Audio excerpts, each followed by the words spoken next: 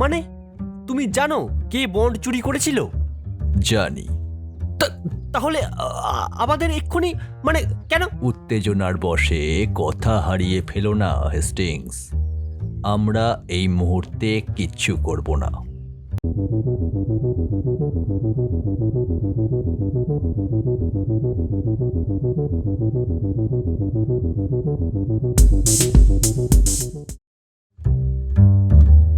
Agatha Christie, পুরো নাম Dame Agatha Mary ক্ল্যারিসা Christie, জন্মগ্রহণ করেন 1890 সালের 15 সেপ্টেম্বর।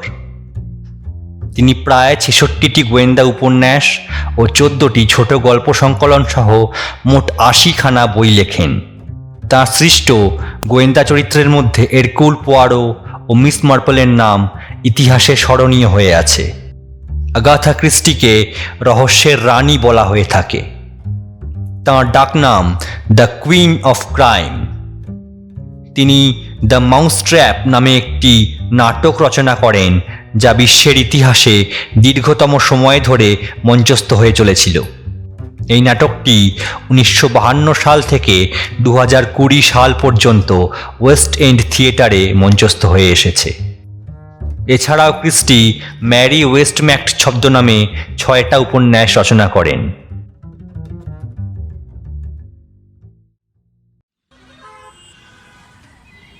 ইদানিং বন্ড ডাকাতির সংখ্যাটা বড্ড বেড়ে গেছে। পোয়ারো, অনুসন্ধানের বিজ্ঞান চর্চা ছেড়ে দিয়ে অপরাধেই মনোনিবেশ করলে কেমন হয়?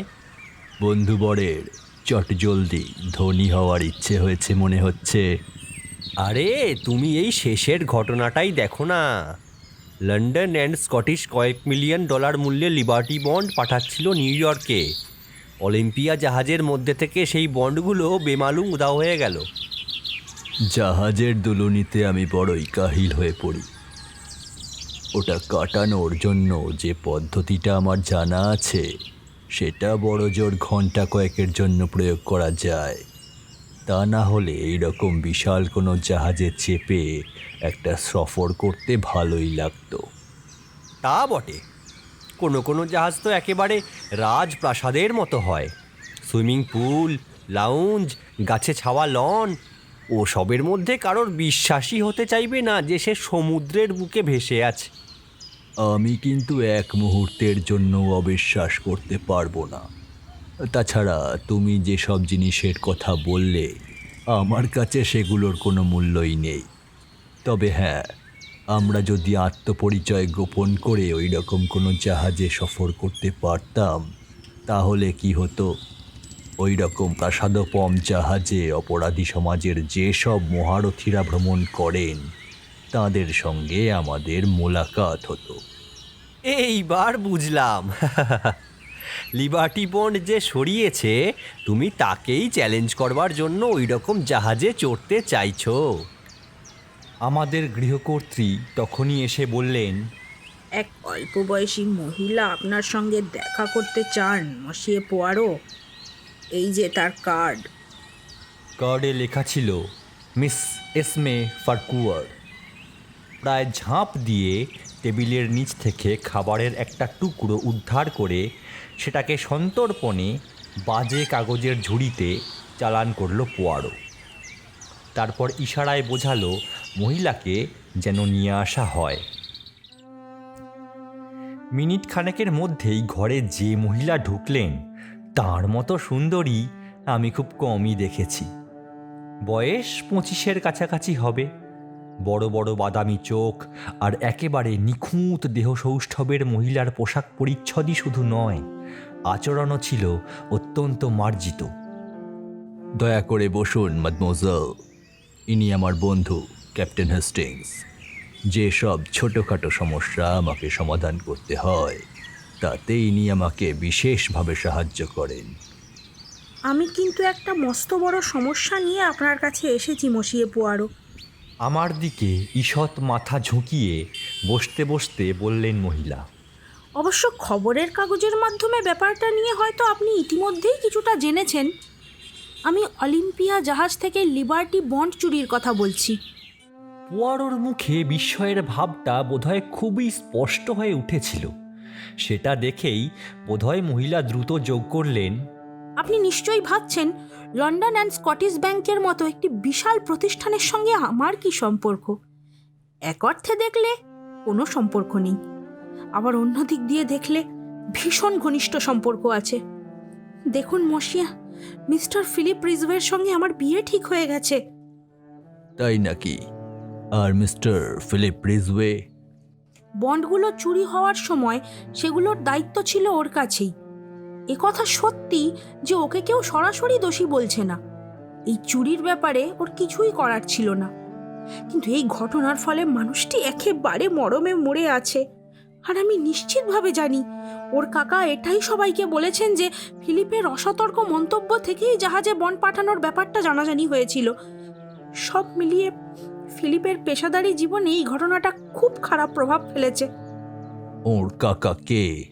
মিস্টার ভ্যাভাসুর, লন্ডন অ্যান্ড স্কটিশ ব্যাংকের জয়েন্ট ম্যানেজার। আপনি আমাকে পুরো ঘটনাটা একবার বলতে পারবেন মিস ফারকুয়ার? বেশ, বলছি। আপনি হয়তো জানেন ওই ব্যাংকের তরফে আমেরিকার ব্যবসা বাড়ানোর একটা চেষ্টা চলছিল কদিন ধরেই। সেই জন্যেই $1 মিলিয়ন কিছু বেশি মূল্যের লিবার্টি বন্ড ওখানে পাঠানো হচ্ছিল। মিস্টার ভ্যাভাসুর এই সফরের দায়িত্ব তার ভাইপো ফিলিপকেই দিয়েছিলেন। নিউ ইয়র্কে ব্যাংকের যাবতীয় কার্যকলাপ সম্বন্ধে ওয়াকিবহাল ছিল ফিলিপ। তাছাড়া এতদিনে ওর একটা বিশ্বাসযোগ্যতা আর সুনাম তৈরি হয়েছিল। এ মাসের 23 তারিখ লিভারপুল থেকে অলিম্পিয়ার যাত্রা শুরু হওয়ার কথা ছিল। সেদিন সকালেই মিস্টার ভ্যাভাসুর আর mister Shaw, London and Scottish ব্যাংকের 2 জয়েন্ট জেনারেল ম্যানেজার, ফিলিপকে বন্ডগুলো দিয়েছিলেন। ওগুলো ওখানেই গুনে প্যাকেটে ভরে সিল করা হয়েছিল। ফিলিপ প্যাকেটটা নিয়ে নিজের ব্যাগে ভরে রেখে তালা বন্ধ করে দিয়েছিল। সাধারণ তালা? না, মিস্টার শ একরকম জোর করেই ওই ব্যাগে হাফ কোম্পানির একটা বিশেষ তালা লাগিয়েছিলেন। ব্যাগের একেবারে নিচে প্যাকেটটা রাখা হয়েছিল, অথচ জাহাজ নিউ ইয়র্ক পৌঁছানোর কয়েক ঘন্টা আগেই ওটা চুরি হয়ে যায়। গোটা জাহাজ তন্ন তন্ন করে খুঁজেও প্যাকেটটা পাওয়া যায়নি। মনে হয়েছিল বন্ডগুলো যেন আক্ষরিক অর্থেই হাওয়ায় মিলিয়ে গেছে। ওগুলো পুরোপুরি মিলিয়ে যায়নি, বরং এটাই জানা গেছে যে অলিম্পিয়া বন্দরে থিতু হওয়ার আধ ঘন্টার মধ্যেই ছোট ছোট প্যাকেটে ভরে বন্ডগুলোর বিক্রি শুরু হয়ে গিয়েছিল। যাই হোক, আপাতত মিস্টার রিজওয়ের সঙ্গে দেখা করতেই হচ্ছে। আপনারা বরং আজকের লাঞ্চটা চেজায়ার চিজে আমার সঙ্গেই করুন। ফিলিপ ওখানে থাকবে, ও আমার সঙ্গে দেখা করতে আসবে। ও কিন্তু জানে না আমি ওর হয়ে আপনার পরামর্শ চেয়েছি। আমরা সোৎসাহে মিস ফারকুয়ারের প্রস্তাব মেনে নিলাম। একটা ট্যাক্সি চেপে চেশায়ার চিজে পৌঁছে দেখলাম ফিলিপ রিজওয়ে ততক্ষণে সেখানে এসে গেছেন। নিজের বাগদত্তাকে 2 অপরিচিত লোকের সঙ্গে উপস্থিত হতে দেখে ভদ্রলোক যে বেশ অবাক হয়েছেন সেটা বোঝাই যাচ্ছিল। সুদর্শন, দীর্ঘদেহী, ছিপছিপে চেহারার মানুষটির বয়স 30-এর বেশি না হলেও কপালের দুধারের চুল ধূসর হয়ে এসেছিল। মিস ফারকুয়ার এগিয়ে এসে ভদ্রলোকের হাত ধরে বললেন, তোমার সঙ্গে কথা না বলেই কাজটা করে ফেলেছি বলে ক্ষমা চাইছি ফিলিপ। এসো, তোমার সঙ্গে মশিয়ে এরকুল পোয়ারো তার বন্ধু ক্যাপ্টেন হেস্টিংসের আলাপ করিয়ে দিই। তুমি নিশ্চয়ই এদের কথা শুনেছ। রিজওয়েকে দেখে মনে হলো ভদ্রলোক একেবারে স্তম্ভিত হয়ে গেছেন। আমাদের সঙ্গে করমর্দন সেরে ভদ্রলোক বললেন, আপনার নাম অবশ্যই শুনেছি মসিয়ে পোয়ারো, কিন্তু এসমে আমাদের এই ঝামেলা নিয়ে আপনার সঙ্গে পরামর্শ করেছে এটা জানা ছিল না। আমার আশঙ্কা হয়েছিল তুমি হয়তো আমাকে এই কাজটা করতে দিতে না ফিলিপ। দুর্বল কণ্ঠে বললেন মিস ফারকুয়ার। তাই তুমি আটঘাট বেঁধেই এসেছ? রিজওয়ে হেসে বললেন, আশা করি মসিয়ে পোয়ারো এই অদ্ভুত সমস্যাটির ওপর একটু হলেও আলোকপাত করতে পারবেন। অকপটে স্বীকার করছি, দুশ্চিন্তা আর উদ্বেগের ঠেলায় আমার মাথা প্রায় খারাপ হওয়ার জোগাড় হয়েছে। মানুষটির লম্বাটে মুখ আর বসে যাওয়া চোখ দেখে বোঝাই যাচ্ছিল কতটা চাপ তাকে সহ্য করতে হচ্ছে। বেশ, আগে লাঞ্চ সারা হয়ে যাক, তারপর আমরা সবাই মাথা খাটিয়ে দেখব কি বোঝা যায়। তাছাড়া এই ঘটনাটা আমি মিস্টার রিজওয়ের মুখ থেকেও শুনতে চাইব। ওই রেস্তোরাঁর স্টেক আর পুডিং সত্যিই দারুণ ভালো। সেগুলোর সমাদর করার ফাঁকে আমরা ফিলিপ রিজওয়ের কাছ থেকে বন্ড উধাও হওয়ার ঘটনাটা শুনলাম। মিস ফারকুয়ার যা বলেছিলেন তার সঙ্গে রিজওয়ের বক্তব্য একেবারে অক্ষরে অক্ষরে মিলে গেল। তার কথা শেষ হলে পোয়ারো মুখ খুলল। বন্ডগুলো যে চুরি হয়েছে এটা আপনি বুঝলেন কি করে মিস্টার রিজওয়ে? মুখে তেতো হাসি ফুটিয়ে রিজওয়ে বললেন, একেবারে চোখে আঙুল দিয়ে জিনিসটা দেখানো হয়েছিল মসিয়ে পোয়ারো। ইচ্ছে থাকলেও আমি ওটাকে উপেক্ষা করতে পারতাম না। বাঙ্কের নিচ থেকে ট্রাঙ্কটা অর্ধেক বেরিয়েছিল, তালাটা যে ভাঙার চেষ্টা হয়েছিল সেটা বোঝাই যাচ্ছিল তার গায়ের আঁচড় আর কাটাকুটি দেখে। কিন্তু আমি তো শুনেছি তালাটা চাবি দিয়েই খোলা হয়েছিল। ঠিক তাই, প্রথমে জোর করে খোলার চেষ্টা হয়েছিল, কিন্তু সেটা সফল হয়নি। তারপর ওরা কোনোভাবে ট্রাঙ্কটা খুলতে পেরেছিল। অদ্ভুত। পোয়ারোর চোখে সেই চিরচেনা সবজেটে আভাটা দেখতে পাচ্ছিলাম। ওরা জোর করে ট্রাঙ্ক খোলার জন্য এত সময় আর শ্রম নষ্ট করলো, তারপর কি হইতে কি হইয়া গেল, ওরা হঠাৎ আবিষ্কার করলো যে ওদের কাছে চাবি আছে। এদিকে হাব কোম্পানির প্রতিটা তালা অন্যের থেকে আলাদা হয়। ভারী অদ্ভুত। কিন্তু ওরা চাবি পাবে কিভাবে? ওটা তো দিন রাত সবসময় আমার সঙ্গেই ছিল। আপনি কি এ বিষয়ে নিশ্চিত? হ্যাঁ, আমি এ বিষয়ে একেবারে শপথ নিতে পারি। তাছাড়া ওদের কাছে যদি নকল চাবি থেকে থাকে তাহলে ওরা ওই রকম একটা তালা ভাঙার জন্য এত কষ্ট করলো কেন? একদম। আমাদের সবার মনে এই মুহূর্তে ওই প্রশ্নটাই রয়েছে।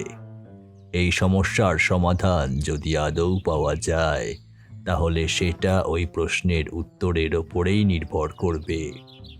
তবে আপনাকে আরও একটা প্রশ্ন করব। দয়া করে আমার ওপর রাগ করবেন না, বরং ভেবে উত্তর দিন। আপনি ট্রাঙ্কটা খুলে রাখেননি তো? ফিলিপ রিজওয়ে উত্তর না দিয়ে শুধু তাকিয়ে রইলেন পোয়ারোর দিকে। বন্ধুবর মাফ চাওয়ার ভঙ্গিতে বলল, কিন্তু এমনটা যে হয় এ তো আপনি অস্বীকার করতে পারবেন না। যাই হোক, ট্রাঙ্ক থেকে বন্ডগুলো চুরি হলো। তারপর কি হলো? চোর ওগুলো নিয়ে তীরে পৌঁছলো কিভাবে? সেটাই তো। প্রায় চেঁচিয়ে উঠলেন রিজওয়ে। কিভাবে? কাস্টমস কর্তৃপক্ষের কাছে আগেই খবর পাঠানো হয়েছিল। জাহাজ থেকে নামা প্রত্যেককে একেবারে চিরুনি তল্লাশি করে তবেই ছাড়া হয়েছিল। বন্ডগুলো প্যাকেটে ভরলে তো যথেষ্টই বড় আর ভারী হবে, তাই না? অবশ্যই, ওটা জাহাজের মধ্যেও কোথাও লুকিয়ে রাখা সম্ভব ছিল না। আর সেভাবে যে রাখা হয়নি তা বোঝা গেছিল, কারণ অলিম্পিয়া বন্দরে পৌঁছানোর 8 ঘন্টার মধ্যেই ওগুলো বিক্রিও করা শুরু হয়ে গিয়েছিল। বন্ডের নম্বর দিয়ে আমি সর্বত্র খবর পাঠানোর আগেই একজন দালাল তো শপথ টপথ নিয়ে বলেছিল যে অলিম্পিয়া পৌঁছানোর আগেই সে কিছু বন্ড কিনে নিয়েছিল। কিন্তু বেতারের মাধ্যমে তো আর বন্ড পাঠানো যায় না। বেতারের মাধ্যমে যায় না, কিন্তু জাহাজের সঙ্গে কোনো ছোট জাহাজ কি ছিল? আমি বিপদ সংকেত দেওয়ার পর খবর পেয়ে সরকারি জাহাজগুলো আমাদের সঙ্গেই বন্দর অবধি এসেছিল। কড়া নজর রেখেছিলাম ওগুলোর ওপরেও, যাতে জাহাজ থেকে ওতে কিছু পাচার না হয়। কিন্তু আমি আর পারছি না মসিয়ে পোয়ারো। এই নিয়ে ভেবে ভেবে আমি পাগল হয়ে যাব। লোকে তো বলছে আমি নিজেই বন্ডগুলো চুরি করেছি। নামার পর তো আপনারও তল্লাশি নেওয়া হয়েছিল, তাই না? হ্যাঁ। রিজওয়ে পোয়ারোর দিকে ঈষৎ বিমূঢ় ভঙ্গিতে তাকিয়ে আছেন দেখে পোয়ারো হেসে বলল, আপনি আমার কথাটা বুঝতে পারেননি দেখছি। যাই হোক, এবার ব্যাংকে গিয়ে কয়েকটা জিনিস একটু খুঁটিয়ে জানতে হবে। রিজওয়ে একটা কার্ডের পেছনে কিছু কথা লিখে বললেন, এটা পাঠিয়ে দিলেই কাকা আপনাদের সঙ্গে দেখা করবেন। পোয়ারো রিজওয়েকে ধন্যবাদ জানালো। মিস ফারকুয়ারকে বিদায় জানিয়ে আমরা থ্রেডনিডল স্ট্রিট ধরে লন্ডন অ্যান্ড স্কটিশ ব্যাংকের হেড অফিসের উদ্দেশ্যে রওনা হলাম। ওখানে পৌঁছে রিজওয়ের কার্ড দেখানোর পর ভেতরে যাওয়ার অনুমতি মিলল। কাউন্টার আর ডেস্কের অজস্র গলিঘুঁজি পেরিয়ে টাকা জমা আর টাকা তোলা নিয়ে ব্যস্ত কেরানিদের এড়িয়ে আমরা দোতলায় একটা ছোট্ট ঘরের সামনে পৌঁছলাম। সেখানে দুই বয়স্ক ভদ্রলোক, এই ব্যাংকের দুই জয়েন্ট ম্যানেজার, আমাদের সঙ্গে দেখা করলেন। ব্যাংকের চাকরি করতে করতেই বুড়ো হয়েছেন এই দুজন, এমনটা বেশ বোঝাই যাচ্ছিল। মিস্টার ভ্যাভাসুরের সাদা চাপদাড়ি থাকলেও মিস্টার সরদাড়ি গোঁফ পরিষ্কারভাবে কামানো ছিল। আপনি তো ব্যক্তিগতভাবে অনুসন্ধান চালান, তাই না? জানতে চাইলেন ভ্যাভাসুর। পোয়ারো সম্মতি দিলে ভদ্রলোক বললেন, আমরা এই পুরো ব্যাপারটা স্কটল্যান্ড ইয়ার্ডের হাতেই তুলে দিয়েছি। ইন্সপেক্টর ম্যাকনিল ব্যাপারটা দেখছেন।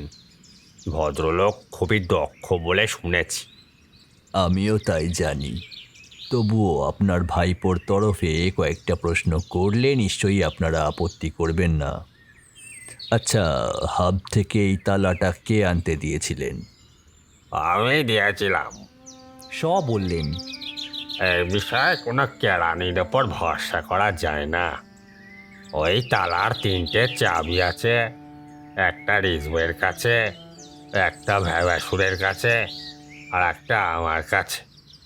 কোনো কেরানির পক্ষে কি ওগুলোর নাগাল পাওয়া সম্ভব? শ জিজ্ঞাসু ভঙ্গিতে ভ্যাভাসুরের দিকে ঘুরলেন। তিনি বললেন, 23 তারিখ আমরা ওই 2টো চাবি সিন্ধুকে রাখার পর থেকে ওগুলো আমি আর ধরিনি। আমার সঙ্গী তো ফিলিপ রওনা হওয়ার দিন থেকে অসুস্থই ছিলেন। উনি সবে ফিরেছেন ছুটি থেকে। হ্যাঁ, আমার বয়সী একজনের পক্ষে ব্রঙ্কাইটিস মোটেই রসিকতার ব্যাপার নয়। দুঃখিত ভঙ্গিতে বললেন শ। তবে আমার অবর্তমানে ভ্যাভাসুরের ওপর বড্ড চাপ পড়েছিল। তার উপর এই অপ্রত্যাশিত ঘটনাটা যে কী অবস্থা তৈরি করেছে বুঝতেই পারছেন। পোয়ারো আরও কিছু প্রশ্ন করল। মনে হলো কাকা আর ভাইপোর মধ্যে সম্পর্কটা ঠিক কেমন সেটাই সে বুঝে নিতে চাইছে। ভ্যাভাসুর অবশ্য কাটা কাটা উত্তর দিয়ে যা বলার বলে দিয়েছিলেন। তার ভাইপো ব্যাংকের একজন বিশ্বস্ত কর্মচারী। বাজারে তার তেমন কোনো ধার দেনা আছে বলেও তিনি শোনেননি। এর আগেও তাকে বিভিন্ন গুরুত্বপূর্ণ দায়িত্ব দেওয়া হয়েছে, যা তিনি খুব ভালোভাবেই পালন করেছেন। এসব বলে ভদ্রভাবে আমাদের বিদায় করে দেওয়া হলো। হ্যাঁ, আমি হতাশ। রাস্তায় নেমে পোয়ারো মন্তব্য করল, তুমি কি এদের থেকে আরও কিছু জানবে বলে আশা করেছিলে? এইসব বুড়ো ঘুঘুর মুখ খোলানো অত সহজ নয়। আমি ওদের মুখ খোলা বা না খোলা নিয়ে হতাশ হইনি বন্ধু। তোমাদের গাল গল্পে যেমনই থাকুক না কেন, আদতে ব্যাংক ম্যানেজারেরা মোটেই সেন দৃষ্টি সম্পন্ন ধুরন্ধর হন না। আমার হতাশার কারণ, এই মামলাটা বড্ড সহজ। সহজ? অবশ্যই। তোমার কাছে এটা একেবারেই শিশুসুলভ বলে মনে হয়নি? মানে তুমি জানো কে বন্ড চুরি করেছিল? জানি। তাহলে আমাদের এক্ষুনি মানে কেন? উত্তেজনার বশে কথা হারিয়ে ফেলো না হেস্টিংস। আমরা এই মুহূর্তে কিচ্ছু করব না। কিন্তু কেন? তুমি কিসের জন্য অপেক্ষা করবে? আগামী মঙ্গলবার অলিম্পিয়া নিউ ইয়র্ক থেকে ফিরবে। আমি তার জন্য অপেক্ষা করব। কিন্তু বন্ড যে চুরি করেছে সে যদি ততদিনে পালিয়ে যায়? কোথায় পালাবে? সাউথ সি দ্বীপপুঞ্জে, যেখান থেকে তাকে আর এখানে ফিরিয়ে আনা যাবে না। না বন্ধু, ওই রকম জায়গায় গিয়ে সেই চোর বড়ই বিপাকে পড়বে। তাছাড়া আমার কাছে সবটা পরিষ্কার হলেও একটু কম বুদ্ধিশুদ্ধি যাদের, এই ইন্সপেক্টর ম্যাকনিলের কথাই ধরা যাক, তাদের কাছে তো এটা সহজবোধ্য হবে না। কম বুদ্ধির মানুষদের কথাও মাথায় রাখা উচিত। তাই এই সময়টা আমি আরও কিছু খোঁজ খবর নিয়ে তাদের জন্য কেসটাকে জলবত্তরলং করে তুলব। ওহ পোয়ারো, তোমার এই অহংকার আর সহ্য হয় না। একদিন তোমাকে কেউ গুছিয়ে বোকা বানাতে পারলে না, আমি তাকে রীতিমতো পুরস্কার দিয়ে ফেলবো। এত রাগ করো না হেস্টিংস, মাঝে মধ্যে মনে হয় তুমি আমাকে একরকম অপছন্দই করো। হ্যাঁ, সত্যি প্রতিভার জন্য কত প্রায়শ্চিত্তই না করতে হয়। বেঁটে কাটো মানুষটাকে বুক ফুলিয়ে দীর্ঘশ্বাস নিতে দেখে হেসেই ফেললাম। মঙ্গলবার আমরা লন্ডন অ্যান্ড নর্থ ওয়েস্টার্ন রেলওয়ের একটা প্রথম শ্রেণীর কোচের চেপে লিভারপুলে পৌঁছলাম। পুরো রাস্তাটা পোয়ারো তার সন্দেহ বা নিশ্চয়তা নিয়ে আমাকে একটা কথাও জানায়নি, বরং আমি এই নিয়ে চাপাচাপি করায় কেন আমি এই সহজ জিনিসটা বুঝছি না এই নিয়ে বিরক্তি প্রকাশ করেছিল। অবশেষে পোয়ারো একেবারে নির্বিকার মুখে বাইরে তাকিয়ে থাকায় আমাকেও চুপ করে যেতে হয়েছিল। জাহাজঘাটায় মস্ত বড় ট্রান্স আটলান্টিক লাইনারটির পাশে আসতেই পোয়ারো একদম চনমনে হয়ে উঠল। পরপর 4 জন স্টুয়ার্ডের কাছ থেকে পোয়ারো ওর এক বন্ধুর ব্যাপারে জানতে চাইল, যিনি 23 তারিখ নিউ ইয়র্কের উদ্দেশ্যে যাত্রা করেছিলেন। বন্ধুটির বর্ণনা দিতে গিয়ে সে বলেছিল, বয়স্ক ভদ্রলোক, চোখে চশমা, চলতে ফিরতে কষ্ট বলে নিজের কেবিন ছেড়ে বেরোননি বলা চলে। দেখা গেল কেবিন নম্বর C24 এর বাসিন্দা মিস্টার ভেন্টনরের সঙ্গে এই বর্ণনা একেবারে অক্ষরে অক্ষরে মিলে গেছে। তার কেবিনটিও ছিল ফিলিপ রিজওয়ের কেবিনের ঠিক পাশেই। পোয়ারো কীভাবে মিস্টার ভেন্টনরের অস্তিত্ব সম্বন্ধে ওয়াকিবহাল হলো তা না বুঝলেও আমি ইতিমধ্যেই বেশ উত্তেজিত হয়ে উঠেছিলাম। আমি সোৎসাহে জিজ্ঞেস করলাম, আচ্ছা, জাহাজ বন্দরে ভিড়লে সবচেয়ে আগে কি উনি নেমেছিলেন? না স্যার, সবার শেষে যারা নেমেছিলেন উনি তাদের মধ্যেই ছিলেন। আমার অবস্থা দেখে পোয়ারো হেসে ফেলল। স্টুয়ার্টটিকে ধন্যবাদ দিয়ে এবং তার স্মৃতিশক্তির জন্য সামান্য আর্থিক পুরস্কার দিয়ে আমরা ফেরার পথ ধরলাম। আমি একটু গরম হয়েই বললাম, এতক্ষণ অবধি সব মিলেছে বলে তো মুখে দিব্যি হাসি ফুটেছে, কিন্তু শেষে আমি যে কথাটা জানতে পারলাম তাতেই তোমার ধারণার 12টা বেজে গেল।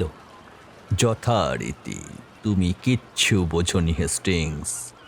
ওই শেষের কথাটাই আমার ধারণাকে একেবারে প্রতিষ্ঠা করে দিল।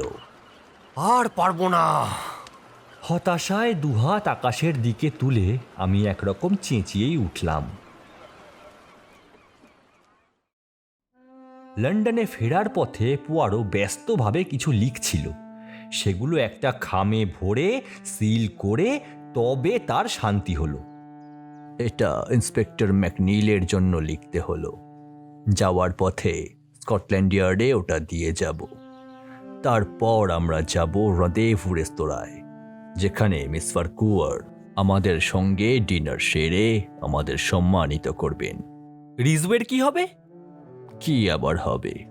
চোখে দুষ্টুমি ফুটিয়ে জানতে চাইল পোয়ারো। তার মানে তুমি নিশ্চয়ই ভাবোনি, মানে কথায় অসংলগ্ন ভাবটা তোমার ক্ষেত্রে প্রবল হয়ে উঠছে হেস্টিংস। আর আগেই বলি, আমি ভেবেছি রিজওয়ে চুরি করলে, যার সম্ভাবনা অবশ্যই ছিল, তদন্তটা বেশ আকর্ষণীয় হতো। অপরাধটিকে সুশৃঙ্খল ভাবনার চমৎকার প্রকাশ হিসেবে দেখতাম তাহলে। মিস ফারকুয়ার কি সেভাবে দেখতেন? তা অবশ্য ঠিক। তাই যা হয়েছে সবার ভালোর জন্যই হয়েছে। এবার তাহলে পুরো কেসটা আর একবার দেখা যাক হেস্টিংস। তোমার মুখ চোখ দেখে বোঝাই যাচ্ছে সবটা জানার জন্য তুমি একেবারে দম বন্ধ করে অপেক্ষা করছো। তাহলে শোনো, ট্রাঙ্ক থেকে সিল করা প্যাকেটটা বের করা হলো। তারপর সেটা মিস ফারকুয়ারের কথা মতো হাওয়ায় মিলিয়ে গেল। আজকের যুগে এমনটা হওয়া কি সম্ভব? তাহলে বাস্তবে কি হয়েছিল ওই প্যাকেটটার? সবারই বক্তব্য এই যে ওটা লুকিয়ে চুরিয়ে জাহাজঘাটায় পৌঁছনো একান্তই অসম্ভব। কিন্তু আমরা তো জানি তুমি হয়তো জানো হেস্টিংস, কিন্তু আমি জানি না। আমার মতে যে জিনিস হওয়া অসম্ভব বলে মনে হয় তা সত্যি অসম্ভব। তাহলে দুটো সম্ভাবনা থেকে যায়। এক, ওটা জাহাজেই লুকোনো ছিল, যা এতই কঠিন যে প্রায় অসম্ভবই বলা চলে। আর দুই, ওটাকে জলে ফেলে দেওয়া হয়েছিল। ভেসে থাকার মতো কিছুর সঙ্গে ওটাকে বেঁধে দেওয়া হয়েছিল নিশ্চয়ই। মোটেই নয়। হাঁ করে কিছুক্ষণ তাকিয়ে থেকে আমি বললাম, কিন্তু তাহলে ওগুলো তো নিউ ইয়র্কে বিক্রি করা যেত না। তোমার এই যুক্তিপূর্ণ ভাবনাগুলোই বড় ভালো লাগে হেস্টিংস। নিউ ইয়র্কে বন্ডগুলো বিক্রি করা হয়েছিল, তার মানে বন্ডগুলো জলে ফেলে দেওয়া হয়নি। তাহলে আমরা কোথায় পৌঁছলাম? যেখানে আমরা ছিলাম, এক্কেবারে গোড়ায়। আরে ধুর, প্যাকেট যদি জলে ফেলে দেওয়া হয়ে থাকে, এদিকে বন্ড যদি নিউ ইয়র্কে বিক্রি হয়ে থাকে, তাহলে তার একটাই মানে হয়, প্যাকেটে আদৌ বন্ডগুলো ছিল না। আমাদের কাছে কি প্রমাণ আছে যা দিয়ে বোঝা যায় যে প্যাকেটের মধ্যে বন্ড ছিল? লন্ডনে মিস্টার রিজওয়ের হাতে ওটা পড়ার পর থেকে তো উনি প্যাকেট খুলে দেখেননি। হ্যাঁ, কিন্তু তাহলে আমাকে বলতে দাও। অধৈর্য ভঙ্গিতে আমাকে থামিয়ে দিল পোয়ারো। বন্ডগুলো শেষ দেখা গিয়েছিল 23 তারিখ সকালে লন্ডন অ্যান্ড স্কটিশ ব্যাংকের দফতরে। তাদের আবার দেখা গেল নিউ ইয়র্কে অলিম্পিয়া পৌঁছনোর আধ ঘন্টার মধ্যেই। তবে হ্যাঁ, একজন দালাল কিন্তু জোর দিয়ে বলেছে জাহাজটা পৌঁছনোর আগেই সে বন্ড কিনেছিল।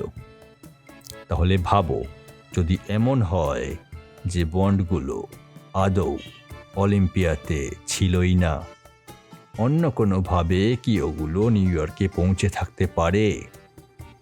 এক কথায় এর উত্তর, পারে। ওই একই দিনে সাউদাম্পটন থেকে নিউ ইয়র্কের উদ্দেশ্যে রওনা হয়েছিল জাইগ্যান্টিক নামের জাহাজটা। আটলান্টিক পার হওয়ার ক্ষেত্রে রেকর্ড কিন্তু ওই জাহাজেরই। তাতে ডাকযোগে পাঠানো হলে বন্ডগুলি অলিম্পিয়া পৌঁছনোর একদিন আগেই নিউ ইয়র্কে পৌঁছে যাবে। আর ওই সিল করা প্যাকেট, 23 তারিখ 3 জন ব্যক্তি ওই ঘরে ছিলেন। তাদের মধ্যে একজন একটা নকল প্যাকেট আগে থেকেই তৈরি করে রেখেছিলেন। তিনি সেটিই দিলেন রিজওয়েকে, আসল প্যাকেট যাতে বন্ড আছে। ডাকযোগে রওনা হলো জাইগ্যান্টিকে চেপে। সেই সঙ্গে নির্দেশও দেওয়া হলো যাতে অলিম্পিয়া পৌঁছলেই বিক্রি শুরু হয়ে যায়। কিন্তু নকল প্যাকেটের সঙ্গেও কারো একজনের যাওয়া দরকার ছিল, যাতে ডাকাতির ব্যাপারটা সাজানো যায়। মানে ধরো রিজওয়ে প্যাকেট খুলে তার ভেতরে কিছু রদ্দি কাগজ পেলেন, সেক্ষেত্রে সন্দেহের আঙুলটা ঘুরে যাবে লন্ডনে অফিসের দিকেই। তা না হলে আর কিভাবে এই বদল হওয়া সম্ভব? সেটা যাতে না হয় তাই জাহাজেই রিজওয়ের পাশের কেবিনটা ভাড়া নেওয়া হলো। সংশ্লিষ্ট ব্যক্তি ট্রাঙ্কটা টেনে আঁচড়ে এমন অবস্থা করলো যে সাদা চোখেই বোঝা যায় ওটার তালা ভাঙার চেষ্টা হয়েছে। তারপর সে নিজের কাছে থাকা চাবিটা দিয়ে ট্রাঙ্ক খুলল, প্যাকেট বের করলো এবং সেটাকে জলে ফেলে দিল। স্বাভাবিকভাবেই সে নিজের চোখ চশমা দিয়ে ঢাকবে। সে কেবিন ছেড়ে বেরোতেও চাইবে না, পাছে সে রিজওয়ের সামনে পড়ে যায় এবং রিজওয়ে তাকে চিনে ফেলে। সর্বোপরি সন্দেহ এড়ানোর জন্য সে সবার শেষে জাহাজ থেকে নামবে। তারপর নিউ ইয়র্ক থেকে লন্ডন আসার প্রথম যে জাহাজে জায়গা থাকবে তাতেই সে ফিরে আসবে। কিন্তু কে, মানে কোনজন? কার কাছে তালা খোলার চাবি আছে? কে তালাটা কিনেছিল? কে অসুস্থ থাকার দোহাই দিয়ে অফিস থেকে গায়েব হয়েছিল? তোমার ভাষায় বুড়ো ঘুঘু মিস্টার শ্রয় হলেন সেই ব্যক্তি। হ্যাঁ, অপরাধ জগতের রাজা বাদশারা অনেক সময় উঁচু পদেই থাকে বন্ধু। যাই হোক, ওই যে মদমোজেল এসে পড়েছেন। আমি রহস্যের সমাধান করে ফেলেছি মদমোজেল, তাই যদি অনুমতি দেন। একেবারে উদ্ভাসিত মুখে বিস্মিত মহিলার গালে আলতো করে চুমু খেলো পোয়ারো।